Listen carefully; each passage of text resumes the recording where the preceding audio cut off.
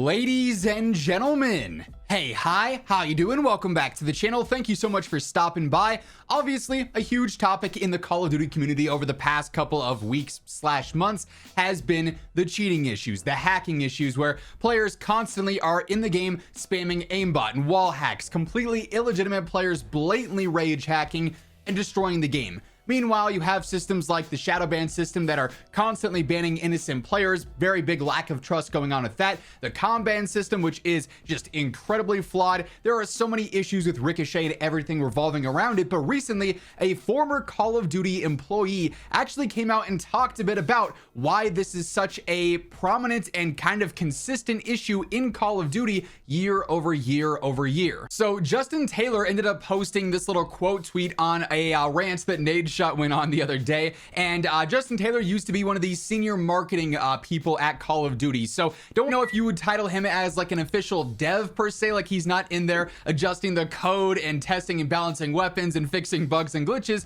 but he did obviously work very closely with every single studio for Call of Duty, considering the fact that he was a senior digital marketing position, right? So definitely had, I think it was there for 4 years or something. Yeah, he actually says that in his tweet, so he definitely has the experience there. Maybe not as much like true insight as someone like maybe Matt Scronce or formerly David Vonderhaar or something like that, but certainly enough experience that he's got knowledge on the topic, right? And like I said, Nadeshot the other day went on a whole rant talking about the issues with Call of Duty, specifically calling out the anti-cheat in a pretty significant way. Obviously his word carries a lot of weight considering he's one of the faces of Call of Duty, one of the most prominent names amongst creators and just influencers in the scene, I guess. He talks about the main issue with COD and how it feels like constantly, we go through the same cycle every year. The game launches, cheaters infest everything, we finally get a Ricochet update, but then by the time that happens, the new game's already being marketed, and then it's rinse and repeat and rinse and repeat, and nothing's ever actually solved, right? And to this, Justin Taylor ends up saying this: if you want to know, and I'll go ahead and move my face cam so we can see the full text here, if you want to know why Call of Duty has so many more hacking issues than any other game, I'll tell you. I worked at Activision for 4 years, and keep in mind, hacking, cheating, it's always going to be a part of gaming, unfortunately. There's just too much money, too many dedicated losers to making sure that a game has cheats. But obviously, other titles out there have way more effective strategies at combating cheaters, way more effective anti-cheats. You look at Fortnite, a game that has millions of more players than Call of Duty, and yet Call of Duty has a significantly worse cheating situation. That's a lopsided balance that shouldn't necessarily exist. Other titles like Valorant, CSGO, yes, there's cheaters, but they also have much better anti-cheats across the board. Vanguard anti-cheat, one of the main ones, kind of the standard of what I think a lot of people would want for Call of Duty. But he says super simple. You've got 3 studios right now. Of course, there's a 3 to 4 year cycle with Call of Duty. You have Sledgehammer doing their games, Infinity Ward doing their games, Treyarch doing their games, and they don't want to work together. This has sort of been talked about a little bit in the past. There's been animosity, it seems like, at times between various studios, or at least certain parts of studios. We saw this recently. It was reported that Infinity Ward was not really happy with what they were being told to do for their next COD title, which is reportedly Call of Duty 2026. A whole report came out saying Infinity Ward's next game is at a standstill because of disagreements with Activision. Presumably, us just inferring and basing it off of context clues, Activision saying that Omni movement is the way forward. Infinity Ward doesn't necessarily want to work with something that Treyarch is responsible for creating. Or in the past, we've had other scenarios where Infinity Ward is typically the developer in the studio that works on the game on its first new engine upgrade. So like when we went to the Warzone 2 engine and the MW2 engine, and now that's the engine for everything going forward, right? There was hesitancy there. Or in the past with Modern Warfare 2019, Infinity Ward was in charge of that new engine first and foremost, but then Treyarch had to adapt to it, and there didn't seem like that was a smooth process or a fun process for them.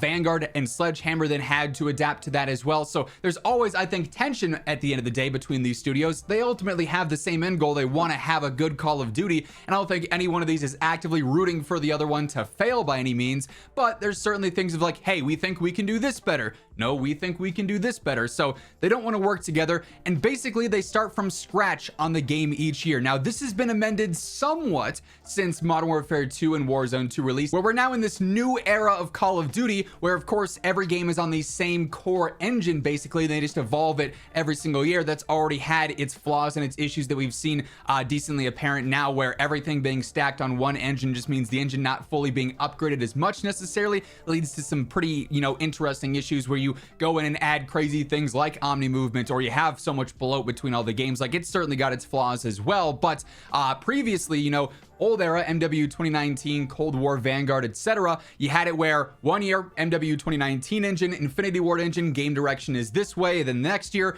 Treyarch engine, Black Ops Cold War, game direction is this way. Then we're back to Vanguard, sort of a hybrid thing, and it's this constant battle of back and forth.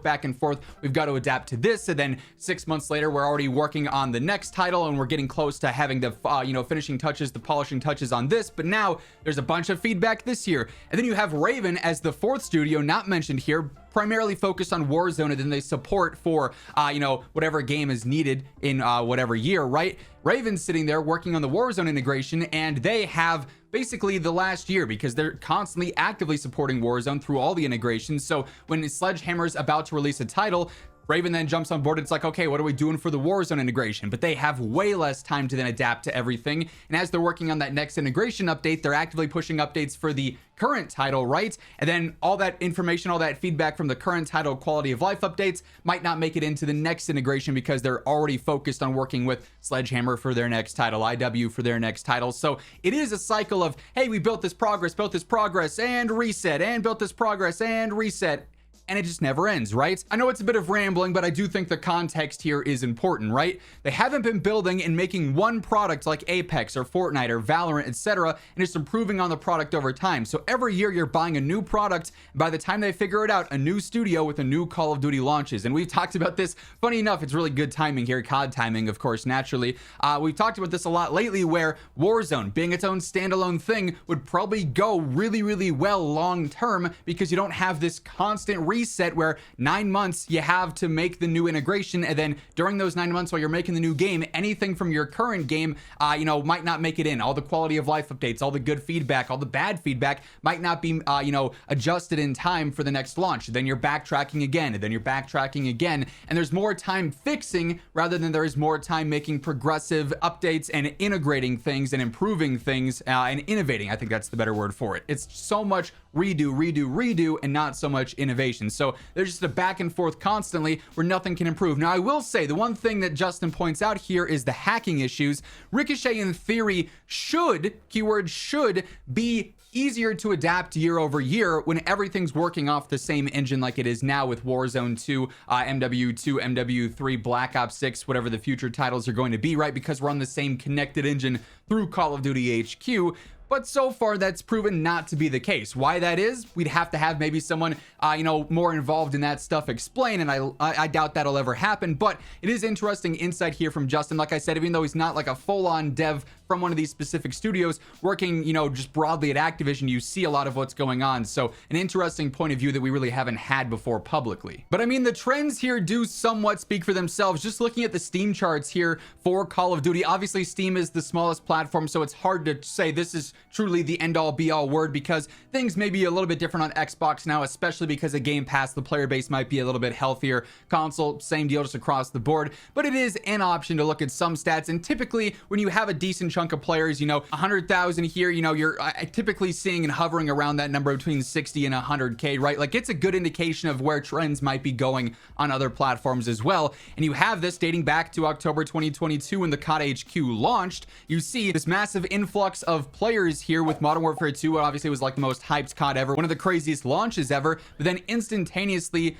fell off a cliff, losing hundreds of thousands of players right away, going from 223,000 as an average the first month of launch to then dropping down to 80K just a few months later, down to 60K a few months later, because of the issues with this game and just how the community felt about MW2. Obviously, it wasn't super well received in a lot of areas, right? But then MW3 drops, and basically MW3 was Modern Warfare 2 but fixed. So you do see that slight resurgence in players as the game gets into a better state here. But then, typical COD cycle, the player base drops drops off in early year, and then during the summer they make more quality of life updates. They're catching up with what they did well in the past summer and in the past later season updates, so they add those back in again, and you get that slight resurgence there again. And then new COD releases, you see the hype numbers boom up, and then we're seeing a really early drop off this year because of just how significant these issues are and how significant the resets and the setbacks are between cheaters and server issues and gameplay just feeling very clunky. Warzone being a major step back because of the lack of features carried over from Modern Warfare 3, where they did see a gain in players or minimal losses in players, and it was a lot more consistent than in years past. So the trend certainly adds up with what's being talked about here, where these resets every single year are inherently a flaw, and they cause issues not only to the game but to the player base and their interest as well. Truthfully, I think the only real fix here is either having to sit down with every studio and it's like, hey, you guys are gonna work together, you're gonna like it, right? Or ultimately you just have Call of Duty as a title. It's no longer one year it's Black Ops 6, the next year it's Modern Warfare 4, the next year it's Advanced Warfare 2. It's just Call of Duty, and all these studios are working on it. Truly, I think the best way to go about it is to give each studio their area of expertise. Infinity Ward writes fantastic narratives. Give Infinity Ward the campaign, you know? Treyarch knocks zombies out of the park. Give Treyarch zombies. Sledgehammer makes a really good multiplayer, in my opinion, and they're really good at community feedback. Give Sledgehammer multiplayer. Raven, you're in charge of Warzone as you have been. You suddenly have 4 studios all working on the same game at one time, and then rather than seeing a new COD drop every October or November, you see a significant update. Okay, this year's theme is going to be more futuristic. This year's theme is going to be more modern. This, that, whatever else. You're not constantly battling back and forth. Do I think they're ever actually going to do that? No, because you see the spike in players every October, every November, and now those billions of dollars they have in profit and sales and revenue and everything, that's too good to pass up for them. If they were to just release one Call of Duty and update it constantly like we see with Fortnite or Apex or whatever else, they would probably hold more players over time. The game would probably be in a better place over time, but they may not see these massive booms every fall and early winter, right? And I think that is something that scares them, honestly. So will it ever happen? Who knows? I have my doubts there, but I would love to see that situation happen. But certainly some interesting insight here and some numbers that do sort of correlate with what's being talked about. Of course, if you guys enjoyed the video, you want to help grow the channel and share the video around to new viewers, a like rating is seriously appreciated. It really does help out. And if you are new here, or perhaps you have not subscribed yet, every single day I got you covered with news, updates, patch notes, meta breakdowns. Everything going on in COD is here. So feel free to hit that subscribe button and turn on those post notifications on your way out. But once again, thank you so much for tuning in. And until next time, take it easy, have an awesome rest of your day, and I'll catch you later. Peace out.